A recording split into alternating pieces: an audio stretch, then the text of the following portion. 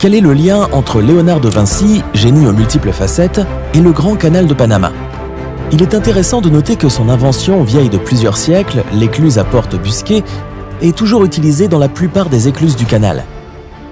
Sa conception est simple, mais les écluses à porte busquée forment un sas parfaitement étanche. Avant Da Vinci, personne n'avait pensé à un mécanisme aussi simple. Au lieu de cela, ils utilisaient des écluses lourdes et inefficaces qui fonctionnaient contre la gravité. Supposons maintenant que vous êtes Da Vinci et que vous avez installé 2 barrières en bois en forme de V dans une rivière qui coule. Notez que le portail est articulé et qu'il est en position ouverte. Que pensez-vous qu'il va se passer? Vous avez raison. L'eau qui coule va forcer le portail à se fermer automatiquement. Regardons à nouveau cette animation. Nous remarquons que les bords obliques de la porte garantissent que le joint formé après la fermeture sera bien net. La forme en V a encore une autre utilité. Après la fermeture de la vanne, pouvez-vous deviner ce qu'il adviendra du niveau de l'eau? Le niveau d'eau montera du côté droit et il y aura une petite fuite d'eau de l'autre côté.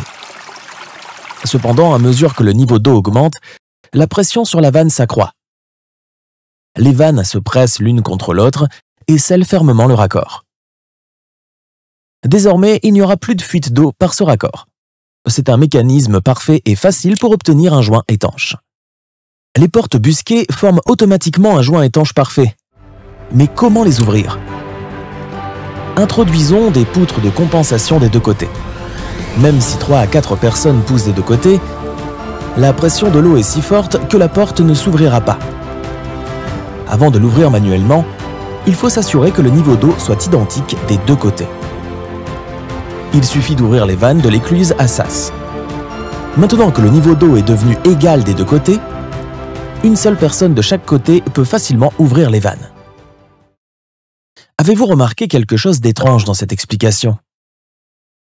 Comment l'opérateur peut-il ouvrir la vanne de l'écluse? Cette méthode d'ouverture est manifestement dangereuse. Voici le dessin original de la conception de l'écluse à porte busquée de Léonard de Vinci.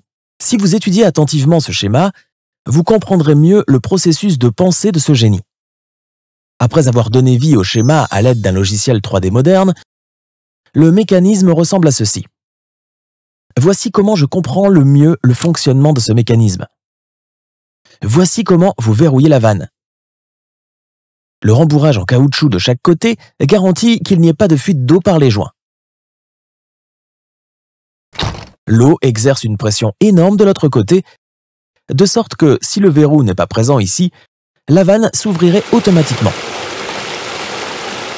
Attachons une corde à ce levier, ce qui permettra à une personne éloignée de tirer et d'ouvrir l'écluse. Cependant, si vous tirez sur la corde, la serrure ne bouge pas. Les pièces métalliques sont serrées les unes contre les autres en raison de la pression de l'eau. C'est là qu'intervient la lance. La lance aide à séparer les pièces métalliques qui sont collées les unes aux autres. L'extrémité de la lance est reliée à une poulie. Lorsqu'une deuxième personne tire sur la corde de la poulie, la lance tourne et pousse légèrement la vanne vers l'intérieur, créant ainsi un petit espace entre les pièces métalliques. Maintenant, la serrure peut être facilement retirée en tirant sur la corde du levier. Telles sont les conclusions que j'ai tirées après avoir étudié le diagramme de Da Vinci pendant plusieurs heures. Si vous avez d'autres explications, n'hésitez pas à les partager dans les commentaires. Voici un petit défi. Lorsque l'angle de la porte est parfaitement à 90 degrés, la fermeture des portes ne se fait pas automatiquement. C'est pourquoi l'opérateur doit tirer sur le bras de compensation. Au-delà d'un petit angle, la force de l'eau contribuera à former automatiquement une écluse étanche. Il est intéressant de noter qu'un modèle très similaire de cette écluse de canal est toujours présent via San Marco, en Italie, mais qu'il n'est manifestement pas en état de fonctionner. Compte tenu de la similitude avec le dessin de Da Vinci, on peut supposer que cette écluse a été conçue par le grand Léonard de Vinci. Si vous avez déjà été témoin de la merveille d'ingénierie qu'est le canal de Panama, vous avez peut-être vu cette ingénieuse invention de Da Vinci en action. Les écluses à porte busquée de Panama sont une version perfectionnée du modèle original de Da Vinci. Le ventail le plus lourd pèse jusqu'à 730 tonnes. Pour faire fonctionner un portail aussi gigantesque, un puissant mécanisme motorisé a été installé.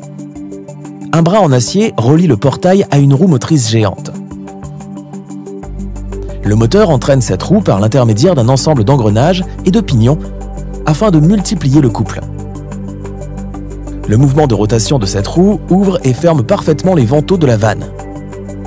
En fait, ce système d'engrenage a assuré le fonctionnement des écluses de Panama pendant 84 ans. Il a ensuite été remplacé par des cylindres hydrauliques, ce qui a rendu les écluses plus simples et plus efficaces. Les ingénieurs américains ont dû relever un autre défi de taille, le poids considérable de ces vantaux en acier. Regardez ces pauvres charnières. Elles doivent supporter le poids des portes busquées. La solution la plus efficace a été de concevoir des vantaux à structure creuse. Les vantaux sont toujours immergés dans l'eau. La conception creuse des vantaux génère une force de flottaison et réduit la force exercée sur les charnières, évitant ainsi leur rupture prématurée. Cette conception des portes busquées permet d'éviter les fuites d'eau entre les vantaux. Mais qu'en est-il des fuites entre le sol et la vanne? De Vinci avait même une solution à ce problème. Placez une marche dans la zone non ouvrable du portail. Observez maintenant le mouvement de la section transversale de la vanne. Sous l'effet de la force de l'eau, les vannes pourront presque toucher la marche et la fuite par le bas de la vanne sera négligeable. Avez-vous déjà remarqué pourquoi les portes des écluses du canal de Panama ont des bords étroits? La raison est similaire à cet exemple. Pour une même force appliquée, la pression est multipliée sur les bords étroits. Cela assure une meilleure compression du matériau et un joint étanche plus solide. J'espère que vous avez apprécié cette vidéo sur les écluses à porte busquée. Avant de partir, soutenez ma chaîne sur Patreon. Votre soutien est nécessaire à la survie de cette chaîne.